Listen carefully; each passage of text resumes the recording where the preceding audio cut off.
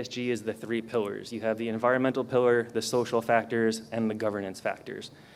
So what goes into each of these things, right? So environmental factors would be things like climate change, resource depletion, waste, pollution. Social factors would be the human rights, modern slavery, child labor, working conditions. For schools, you'll have additional factors in here as well, which I'll get into more in the back half. Governance is also very important, especially to a school, but even in terms of ESG, if you have to rank which ones of these are the most important, in a lot of ways, G is the most important. Without good governance, you don't have a good environmental program, you don't have a good social program. So building up G capacity will help with everything else you try to do. And why has this become such a topic? I think you probably saw this as well, but I promise I'll explain it slightly differently. So this comes from the Global Risk Report. This is the most recent one, the 2022, which they look at the global risks and then try to analyze them to figure out the different economic, social, and environmental tensions that exist in the world. And based on the most recent report, they kind of conclude that people need to enhance resilience, especially based on the last 2 years of the COVID-19 pandemic. When they were asked to view the last 2 years, most of the respondents said that they perceived social risks. So in the form of social cohesion erosion, livelihood crises, and mental health deterioration as those that have worsened the most since the pandemic began. Over the next 3 years, they expect this to be more volatile as well. So they don't really expect things to get better quickly. They expect more surprises, and they expect more fractured trajectories. So the next 3 years won't be easy, even as we come out of the pandemic. But when we go to that 10-year horizon, they see more the planet dominating. And that gets into the concerns around the environment again. So you can see the top three are climate action, extreme weather, and biodiversity loss. And while it might be hard to see how that might have an impact on a school, how would, say, extreme weather impact schools, I think is actually something that you would need to consider pretty significantly, right? Like, where are you going to put your schools can be impacted by climate change and extreme weather. How do students come to school? What do you do when they can't come to school? Or how does this affect the neighborhoods where they live? Are all things you'll have to consider. And what's interesting is how recent these things have been considered. So until 2011, you can see environment wasn't even one of the things on the list, but now it dominates our discussion of ESG. And that was kind of surprising to me when I looked at the list. So I wanted to figure out why. Like, what happened in 2011 that made everyone so concerned? So when I went back and looked, what I saw for that year was you had record-breaking heat in the Middle East. So you had a heat wave of 126.7 degrees Fahrenheit, which I should know in Celsius because I've been here for 7 years, but I don't remember at the moment. You had record-breaking droughts in Yunnan, which affected 50 million people. You had monsoons in Pakistan that were the worst in their history at the time, with a death toll of nearly 2,000. And you had Lake Mead at record lows. But I could be talking about this year as well. Every single one of those things also occurred this year. So you have Lake Mead at record lows again. You have a record-breaking monsoon in Pakistan, but the scale of these things is what has changed. And the reason why is, when I showed you that ESG, I showed it to you as pillars. And this is a very messy graph, but it's messy because, this is more how reality actually works. E, S, and G are not pillars. Each of these things feeds into something else. So you have a record-breaking drought in Yunnan again this year that affected 50 million people in 2012. How many people do you think that affected this year? Any guesses? 60 million. Any other guesses? 80 million. 100 million. 900 million is the correct answer. 900 million. And the reason is, a drought in Yunnan is no longer a local problem. you have significant hydropower production resources in Yunnan that were not there in 2012. So as a result of a drought in Yunnan, you have a reduction in hydropower production, which affects people in Shanghai due to power outages. You have aluminum production in China that is reduced by 16% because it no longer has the energy required. So our systems have become increasingly interconnected over time. So as you have these increasing disasters, they have increasingly far-reaching effects. So like you had in 2011 major flooding in Thailand.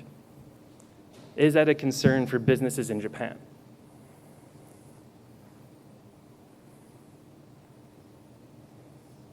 Correct.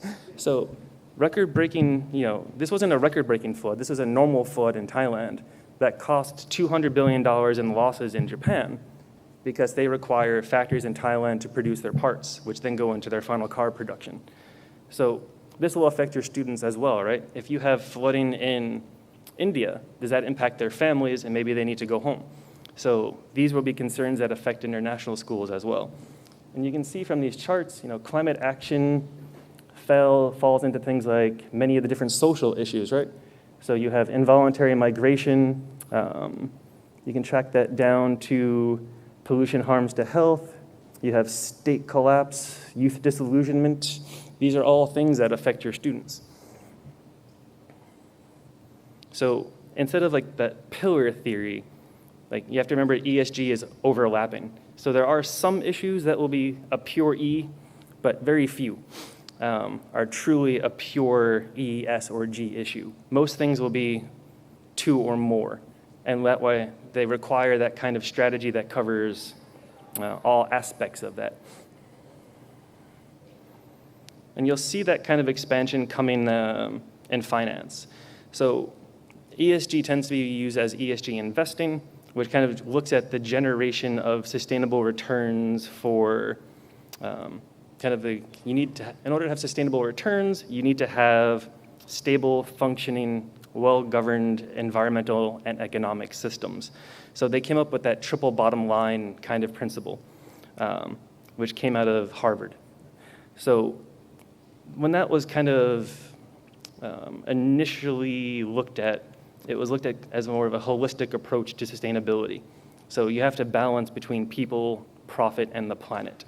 You can't just have 1, 2, or 3. You have to have all 3. You can't just have 1 or 2 if you want to actually be sustainable. If you have people and profit, you don't have planet, right? And there's some actually real-world examples of that are kind of sad to look at.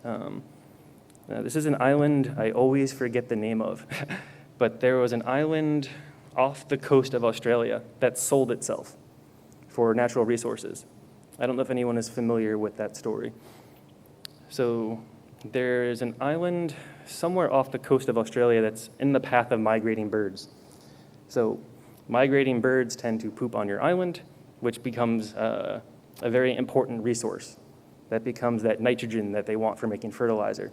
So in I think it was the late 90s, early 2000s, they basically mined the entire island and sold it for cash and put that all into a investment fund for the people who lived there. But unfortunately, they didn't know how to manage billions of dollars, and they lost most of that money within about 5 years. So they sold off all their natural resources and got the equivalent in money, which from an economic standpoint is called weak sustainability. You're just as well off because you have the cash value of the resource. But it's not what they call strong sustainability. You don't have the resource anymore. So weak sustainability would be that people and profit. You thought the people would be better off, so you sold your natural resources, but you didn't manage them well, so now you don't have that resource anymore. And a lot of ESG, at least in terms of finance, is driven by kind of that fiduciary duty perspective. So fiduciary duty was considered a barrier to ESG, especially in investments in the original investment process, because fiduciaries, the people who manage your money, were focused more on return. So ESG was not considered as giving superior return. So it was a barrier. We're not going to do anything environmentally friendly because it costs you money. But over time, you have things like the UN EPFI, so the United Nations Principles for Responsible Investment, the PRI, and they've kind of redefined that for long-term return. So instead of focused on short-term, you're now supposed to focus on that long-term aspect, where ESG tends to perform much better. And another reason why you'll see people considering ESG are these kind of donut graphs. I don't know if anyone has ever seen these before. So I see some people nodding, some people saying no. So these come from the Stockholm Resilience Center, and they represent what they call like the 9 planetary boundaries. Especially that graph on the left. The donut one on the right is just an extension of that graph that looks at how are you doing inside the boundary. And you can see you have 9 different boundaries there. So that would be climate change, biodiversity, et cetera. And when this was written in 2009, they were considered to have crossed 4 of the planetary boundaries currently. If we go to 2015, you have 5 of the boundaries crossed. And technically, you're pushing on the 6th. And some of that comes from changes in science. So, for example, the fresh water change. You can see now they say green water. So initially we had what we called blue water. And now we realize we also need to consider green water, which is something that was surprising to me because I thought we always considered that. Does anyone actually know the difference between blue and green water? Any guesses? Like what's blue water?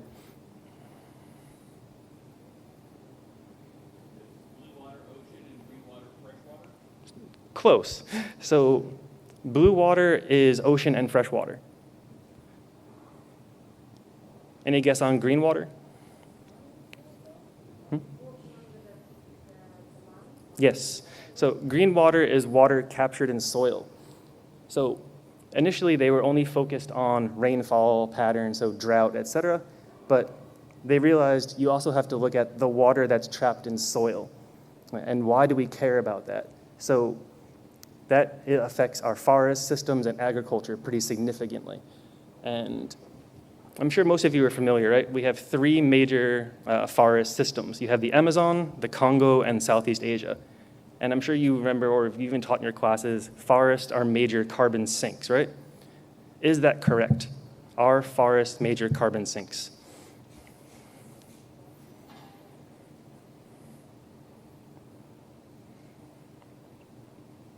So the answer on this one depends on like 101 versus master's class, right? The 101 answer is yes. The master's class answer is it depends. So you have the Amazon, the Congo, and Southeast Asian forests. Which one of those do you think is the biggest carbon sink on Earth? Amazon, Amazon. So that used to be correct. So this graph is also somewhat outdated as well. So Southeast Asian forests are actually carbon sources. The Congo River Basin is currently the only major sink. So when this was done in 2020, this picture, the Amazon rainforest was basically carbon neutral. Right? So it basically absorbed as much as it gave off. But they've done more studies now using planes for flyovers, et cetera, that say that the Amazon now emits more carbon than it absorbs. And some of that is due to changes in green water. And a lot of that comes from man-made activity. So you get about 1 billion tons more carbon dioxide a year out of the Amazon than the Amazon absorbs. And a lot of this comes from fires, and a lot of these fires are deliberately set to clear land for beef and soy production. And even without the fires, you have hotter temperatures and more significant droughts. And then as you also clear forests, the areas near those forests become more vulnerable to those effects. So it's a bit of a synergistic system. And then this year, you had another study done that looked at that climate boundary idea, but tried to put it into a different framework to say, what are the climate tipping points? I'm sure we've all heard those term tipping points before. That was a very famous book, right? And then those also exist in climate. So this looked at it in the same way, and it used those 9 major global points and also found 7 additional regional points. So instead of the global only look, they looked at local factors as well. Because you want to look at kind of what the global interconnection, right, between different Earth system processes, not just look at each one individually. And you want to know how crossing one boundary may trigger other boundaries, right? And you can see those temperature thresholds on the bottom. And I'm sure we're all familiar with the Paris Agreement, right? So I'm sure under the Paris Agreement, the goal is to limit warming to 2 degrees C, and with a goal of 1.5 would be the Paris Agreement goal. So of these thresholds, though, some of them already start to tip at 1 degree. And we're already at 1.1.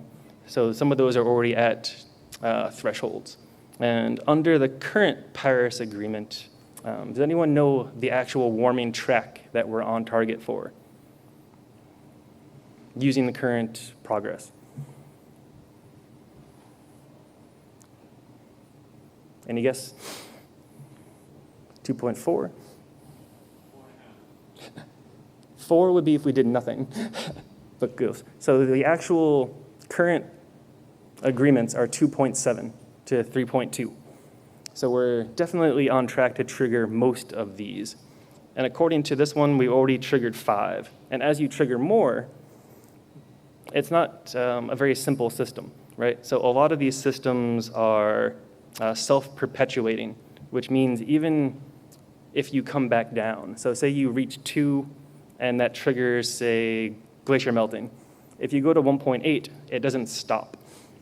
Once those systems start to change, they tend to continue to change. So the goal is to not hit that in the first place. It doesn't really help if you hit it and then make things better afterwards. So you're seeing kind of this switch to an impact and ethics perspective. So I mentioned exclusion before. In terms of the way the finance industry approaches ESG, there's kind of 6 major methods, with impact investing and ethical investing being one type. And you're seeing more interest in this. But you're starting to see a shift, at least away from exclusion and more towards engagement, which is also quite important. But when you're looking at these kinds of things, you're investing to create a positive impact. So people who do this want to see their investment, say, tackle social and environmental problems through the kind of effective employment of their capital. So you want to put the beneficiary's money to good use rather just invest it in any activity, especially ones that might do harm. There's also that kind of client demand perspective. We just know people are demanding more of that, kind of in the same way students demand more environmental education. So it's the school's role to provide that. You also have kind of this regulatory perspective. So in the last couple years, you've seen a significant increase in the amount of environmental regulations that have come out. And something like 80% of them have come out in the last 5 years. And some more significant ones are still coming. So I'm not sure how familiar you are with kind of the alphabet soup we deal with, but you have something called the TCFD, which is the Task Force on Climate-Related Financial Disclosures. You have CDP, which is the Climate Disclosure Project. You have the Greenhouse Gas Protocols. You have the EU taxonomies, the China Common Taxonomy, et cetera. So there's kind of this soup of environmental regulations that decide how we invest or what's green and what's sustainable. But there's not necessarily significant agreement on that yet. So if you look at, say, green bond frameworks, what they consider green differs significantly depending on the country of origin. So there's a set of bonds, for example, called transition bonds, which some people consider green and some people do not. So has anyone heard that before, transition? So green bonds fund green projects. So like building a dam would not be necessarily a green project, right? Building a hydropower dam might be a green project. But if you say want to transition from a dirty process to a clean process, if you're a steel plant, that would not qualify for a green bond, but it would qualify for a transition bond because you're switching your process. So in some countries, they would consider that green because you're moving from a very dirty process to a very clean process. But because a lot of the frameworks don't consider it green, it's not eligible for green financing, et cetera. So these are things that are still being kind of debated. You're also seeing a bit of a switch. So like the TCFD is also coming up with something called the TNFD, which is the Task Force on Nature-Related Disclosures. So I'll actually get to that in a second. So let me skip ahead a bit. One of the main things that decides what people address in ESG is materiality, which I'm sure you've all heard some version of this term before. But materiality basically says, at least in finance, this is something that's financially material to me. So if it has a financial impact on my company, it's material. So for the most part, that was originally governance. And you're starting to see some more acceptance of environmental and social factors as also being material, meaning that they'll have some impact on your business. And most people use these materiality maps that are done by major organizations like SASB to say what's material to me. And it all depends on your sector. And even within your sector, there'll be some variability. So for airlines, climate change impact is a big factor. Employment, community development, ownership and control. So mostly, it'll depend very much on your sector, what they consider. But we know that materiality is also dynamic now.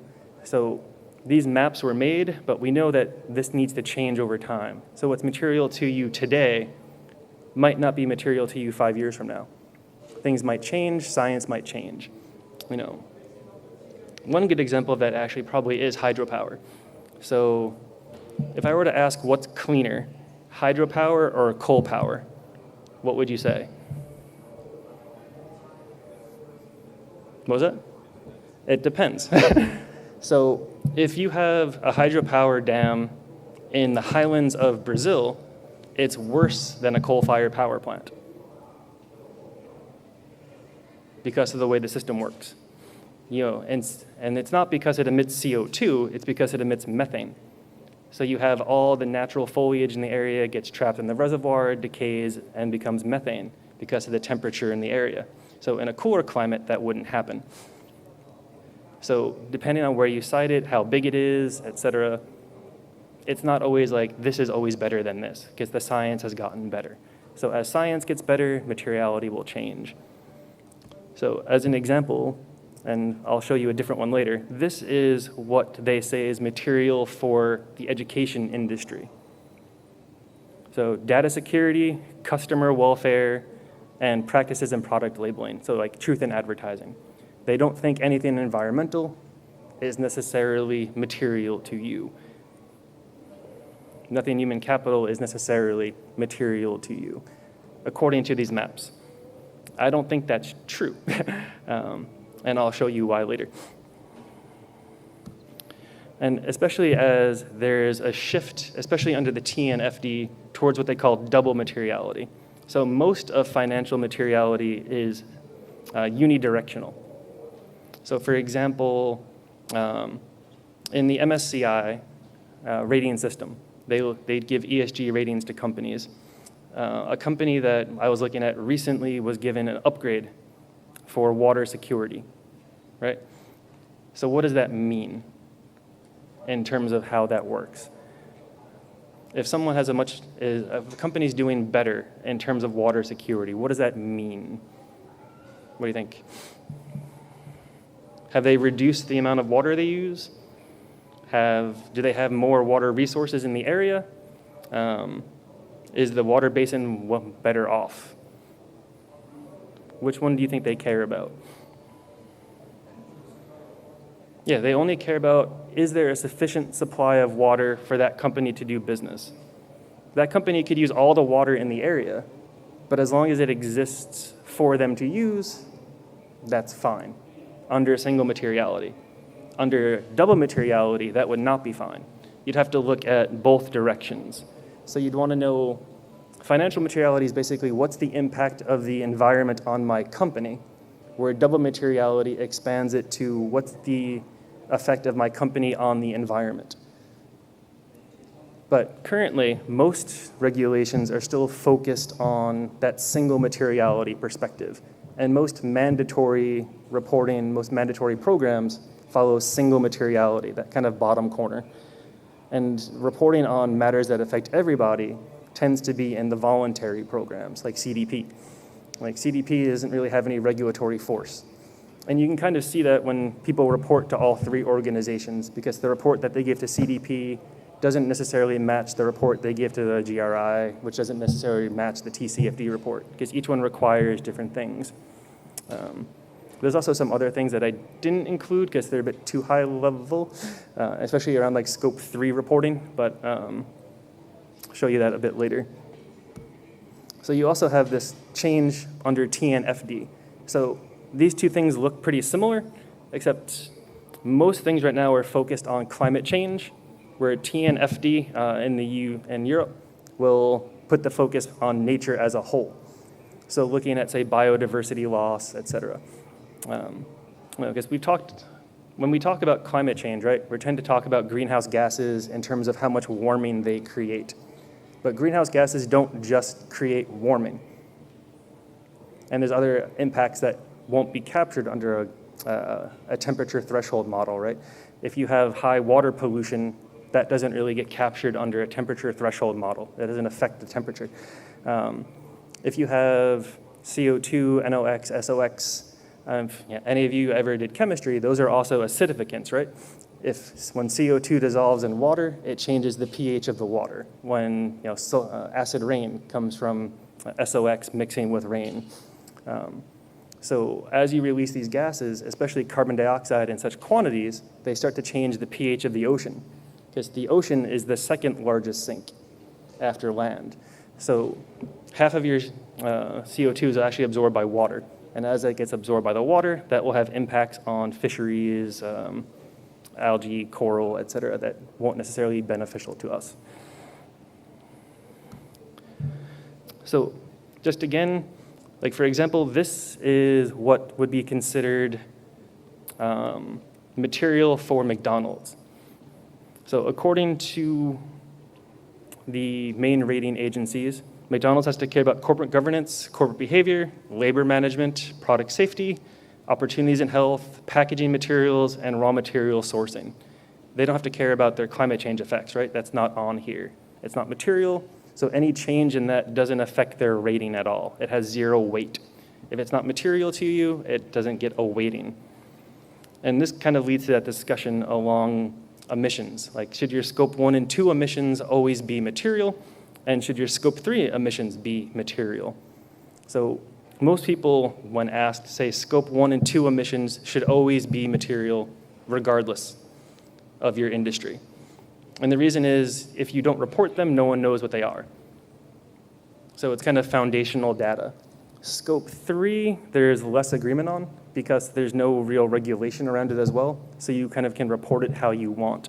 And I didn't include it in this presentation. There's another one that I use sometimes showing different annual reports where the scope 3s vary significantly because they just wanted to lower them. So they change what they report or how they report it or their methodology, where 1 and 2 are very highly regulated.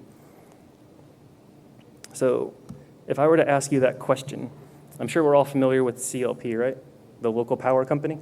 So CLP provides energy services, natural gas, basically like 80% of the electricity in Hong Kong. They also do India and Australia versus McDonald's. Who has higher CO2 emissions? So which one has a bigger environmental impact? McDonald's. So this is a trick question. CLP actually is the higher one, but by how much?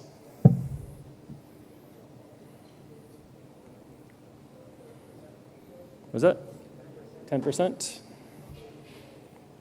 Any other guesses?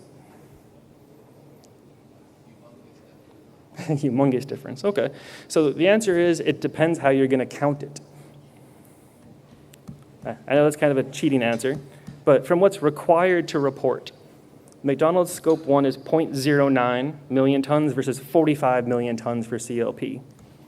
Scope 2, 0.4 to 0.24. So you have 45 versus 0.5, so 90 times different. CLP is way worse for the environment, right? Until you actually look at Scope 3, their supply chain impacts. So McDonald's is a 53.2 million ton supply chain versus 16. So you have 61 versus 53. So you went from 90 times to 12 times. So your 10% was pretty close. So in terms of which one has a bigger environmental impact, it depends how you want to count it. And right now we only have to count the 1 and the 2. But that might not be the case in the future, especially as we start looking at things like the UK wanting to put up carbon border taxes. So your Scope 3 would suddenly become very important. And this is a very hidden risk. And for a school, your Scope 3 is probably also similar to a McDonald's, where it's probably much, much larger than your Scope 1 and your Scope 2. And most likely you don't even really know what goes into your Scope 3, which I'll try to give you some examples of. And so when McDonald's sets their target, they set a target for themselves of 7 million tons of CO2. And if you look at that bottom right corner, this comes from their TCFD report, they only report on their franchisees. Because McDonald's is not really a fast food company. McDonald's is actually a real estate company. They just lease these properties to their franchisees, which do all the work. So they get to take everything out of their 1 and 2 and put it into their 3. Where if they were actually a restaurant, this would all be in their Scope 1 and 2. So what they don't have to do, though, is this 40 million tons, which deals with their beef supply in Brazil, the US, and the UK. And because they don't have to deal with it, they don't have very strong programs regarding it. So for example, they have a supplier environmental plan, which I'm forgetting the name of, which is supposed to reduce the emissions of this supply chain aspect. So in that aspect, the only thing they do is farmers have to be aware of lower CO2 emission methods. There's no implementation requirement. They just have to be aware that these methods exist. So they will educate them, et cetera, on that. And in terms of what they spend on this globally, they spend something about 1 hour of profits on this program. So because for them, remember, this is not material. So if they were to spend money on it, their shareholders could actually take action against them, right? They've lowered their value for something that's not material. So what does this mean for schools, right? Why do we care? The schools have a big impact.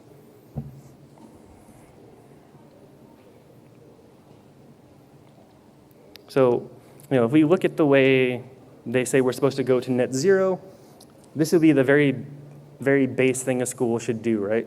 Measure, disclose, set target, develop a strategy, take actions. This is only, though, for environmental. E, S, and G, especially for a school, E is probably not the most important aspect. It's probably more your S and G. But E will also be important. So I kind of shamelessly stole some schools' environmental reports to show you examples of what I think might be good and bad examples.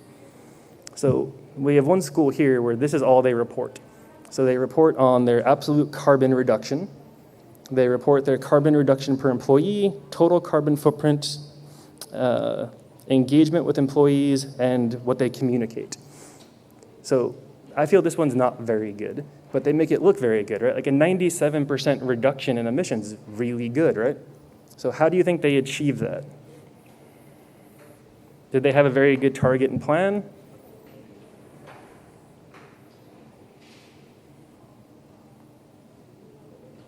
What do you think? So they didn't calculate anything differently, but COVID. So Scope 1 and Scope 2 would be the footprint of your school. Scope 3 would be your employees working from home. So because there were no students on campus, all your employees worked from home, you have no emissions. Nothing happened at the campus that year. So this looks really good, but next year the report's going to be a mess, right? It's going to be plus 200%. So they also don't really engage much. They don't explain what they're communicating. Communicating UN SDGs is good, but they don't really give much details. These are not very good metrics. They don't tell you enough about hotspots. They don't let you do any kind of real analysis.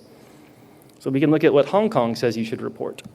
So in Hong Kong, they want you to look at things like, for your scope 1, stationary source combustion, so cooking.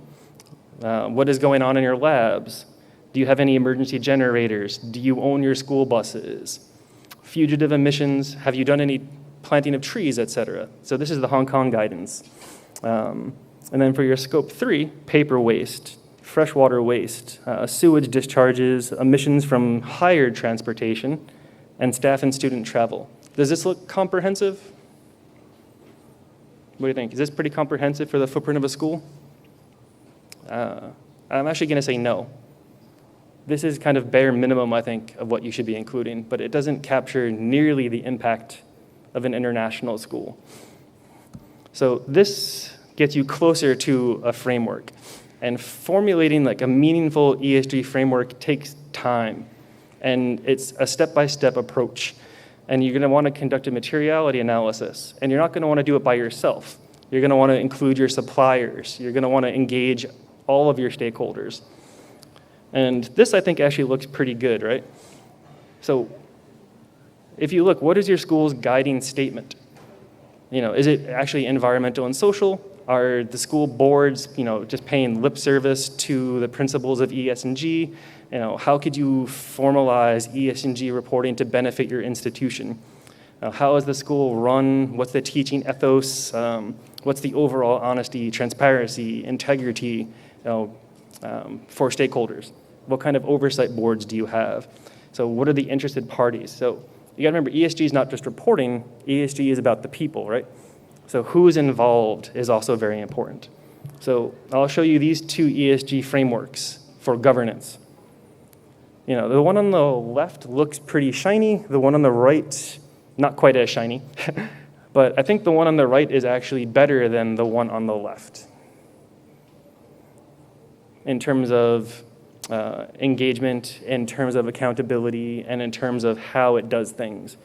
So if we look at the one on the left, right, we have the board level, we have decision-making level, strategic level, management level, implementation level, with arrows all pointing down, right? So everything is a top-down perspective.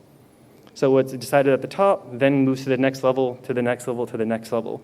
If we look at the one at the right, all of the arrows go both ways. So you have constant feedback.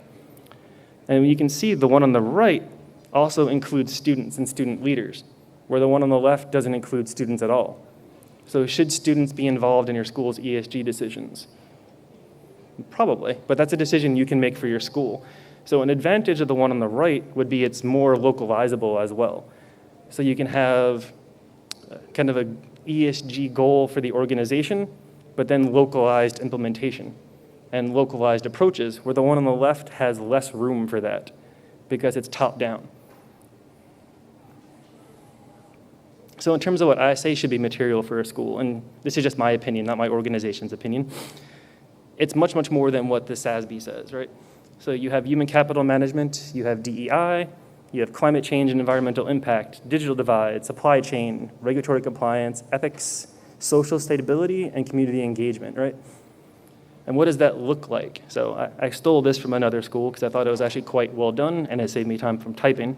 But so uniforms. Does your school require uniforms? What are they made out of? Are they recycled? Are they produced responsibly? Are they affordable? And that's for students and for employees. If you have workers who have to come to campus and wear uniforms, you have transport. So are they coming by private cars, school buses, public transport, human power? You have how are you inspiring your students, right? So what kind of lessons are you holding? What kind of assemblies are you holding? What kind of food are you providing? How is it packaged? What are the ingredients? What are you doing with your food waste? So are you doing composting projects? Are you doing partnering with local kitchens to give away excess food? How are you dealing with that waste chain? What kind of learning resources do you have? What are the admin supplies? What's internet access like? some schools have their own utility plans. Like, some schools will actually have their own boiler plants and produce their own electricity. Some will purchase their own utilities. Some have rechargeable cars. You have EVs on campus or not. What kind of role models and what kind of community roles do you play? These are kind of all considerations. And then what kind of metrics do you build around that? So what's your KPIs and what kind of metrics should you actually be looking at? So this one I thought was a better example in terms of things that they looked at. Because you can see they look at way more categories. So they're looking at what percentage of students get a job within 1 year of graduation? How many found a job within 6 months? What's the percentage of student satisfaction? You can look at the student breakdown and employee breakdown. You probably have DEI goals for your employees, but how does that break down for your students? How many male versus female students do you have? How many scholarships do you hand out? What's your financial aid goals? So there's quite a lot of content, like global citizen type competencies you can try to build. So like I mentioned before, using the UN SDGs as an organizing framework can be a good thing, but you can't just stop there. It is a very in-depth topic, but it's not something you're going to get right away. It's going to take quite a lot of time, and it takes effort. And you're always going to be iterating on it, because ESG itself is always being iterated. And I think I'm almost at time, so I will wait here and see if anyone has any questions or et cetera.